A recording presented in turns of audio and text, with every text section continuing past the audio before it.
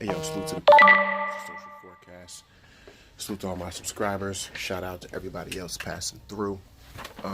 Those of you new to the channel, I invite you to stay a while. So please like, comment, and subscribe. Remember, two of the members of the Roundtable live streams that we do every week, Jasmine from the Comfort Zone and homie Key from Chilling with Key. I have both of their channels as featured channels on my page, so go subscribe to their channel, check out some of their content. Salute to them both. I mentioned them because we did a recent roundtable discussion, and Tekashi69 came up.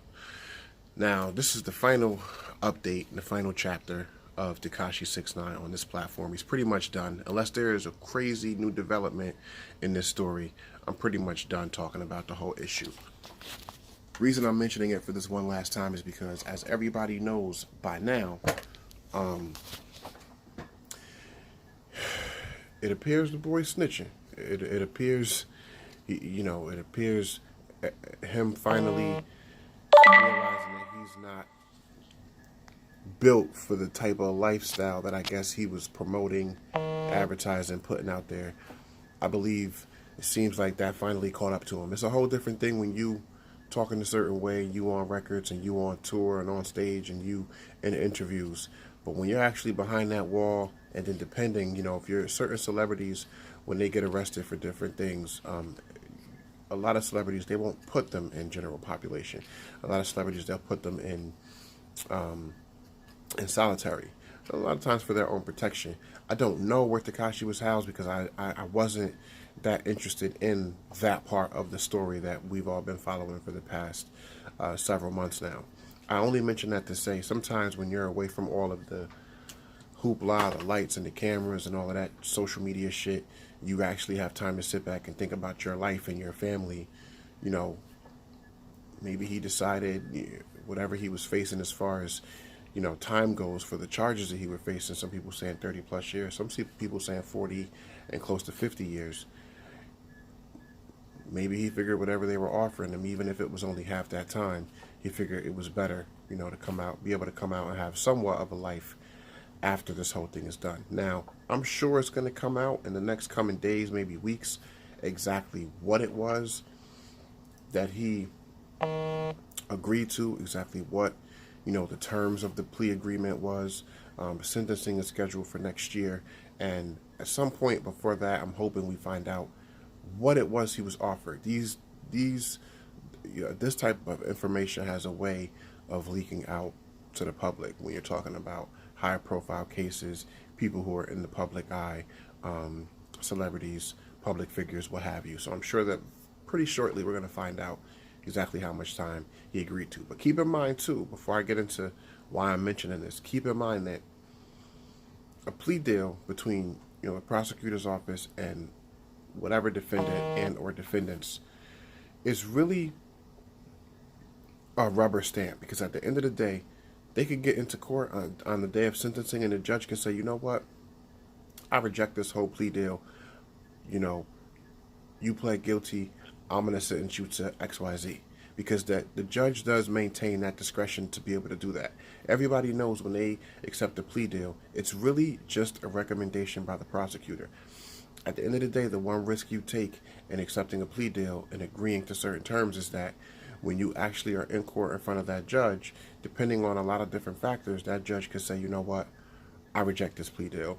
I'm going to sentence you congruent to, or pursuant to, the things that you pled guilty to, what I can actually sentence you for those things. So that is the judge's discretion. So I want people to understand and realize that, because stranger things have happened. Now, here's the reason for why I'm doing this blog. When we did our roundtable a couple days ago, I was asked a question, because we live kind of in a weird generation right now. Now, I grew up in a generation where people took that no snitching shit seriously. It doesn't seem like it's taken as seriously as it used to be.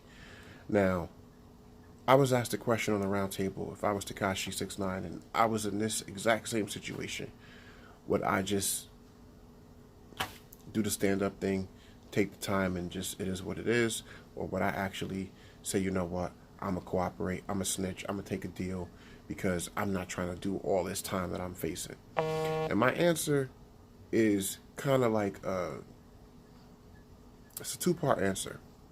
Because on one hand, I think people in general, whatever the time span is, some people have a misconception about exactly what snitching is. If you're an individual who is just a normal, everyday citizen, you're a civilian, you are not involved in any type of criminal activity, you aren't from the streets, you don't live that type of lifestyle, you happen to just be going on about your business, you know, wherever you are, you happen to stumble across a crime, and you decide to be a witness for that crime and give a statement to the police, tell them what you saw, describe who you saw, what happened. That in and of itself does not make you a snitch. I'm tired of people saying that. I'm sick of that narrative. Stop calling people snitches who have nothing to do with the situation that they are speaking on. In those cases, you were just a civilian, you were just a witness going on about your business, and you happen to just be part of a situation. Or same situation, you're living your life every day, you don't have anything to do with any illegal activities, and you're victimized in some way, shape, or form. You're robbed, mugged, whatever, and you seek help from the police, you give a statement, you give a description. That does not make you a snitch. You were just a witness to a crime or a victim to a crime. What makes snitching so dishonorable is because there's supposed to be honor amongst thieves, so to speak, right? If you're engaging in certain activity and just playing by the rules of that game, you happen to get caught slipping, you finally come across that day where, you get caught out there, you're expected to operate on those same rules. If it's all good, when you out and about and doing what you do, then you got to accept the bad that comes with that good when you're faced with time behind that wall. That's where the whole snitching comes from, and that's really how I define snitching. If it wasn't for the fact that Tekashi69 wasn't out here talking the way he talks, in his music, in interviews, in videos on social media, wanting to be looked at as that gangster personality being real that he portrays, if it wasn't for that and him, actually sitting down and seemingly taking his, because with it, all intents and purposes, it looks like he's cooperating and he took some kind of a deal, and now that's come out to be the case. Not like officially yet, but it's really what it seems like. If it wasn't for him doing all that talking, I believe a lot of people will probably just write it off like, yo, he's a kid, these kids play by different rules, they don't follow the rules that, us old heads from the old school follow. Cool, but because he was out here talking the way he was talking, street rules and, I'm real and I'm this and I'm that, so then you gotta eat that time then, because you out here doing the same shit and getting yourself involved as much in the same situations as you're being caught up in as the rest of the people you run with. You can't then turn around and be like, oh, but I can't handle this time. It's what they say. You do the crime, you got to be willing to do the time. And especially if you out here talking about you living that life, niggas is going to expect you to stand up and live by those same rules and respect the game. When you get caught, you get caught. When it's time to sit down, it's time to sit down. You respect the game. That's the honor amongst thieves that people who live that lifestyle and come from that type of environment look for. And he's violating that code. And so when I was asked the question, my response was, if I was out here carrying on exactly the way that he was, then yeah, I would have to, unfortunately, no matter how much the time was, I would have to accept that and do what I needed to do.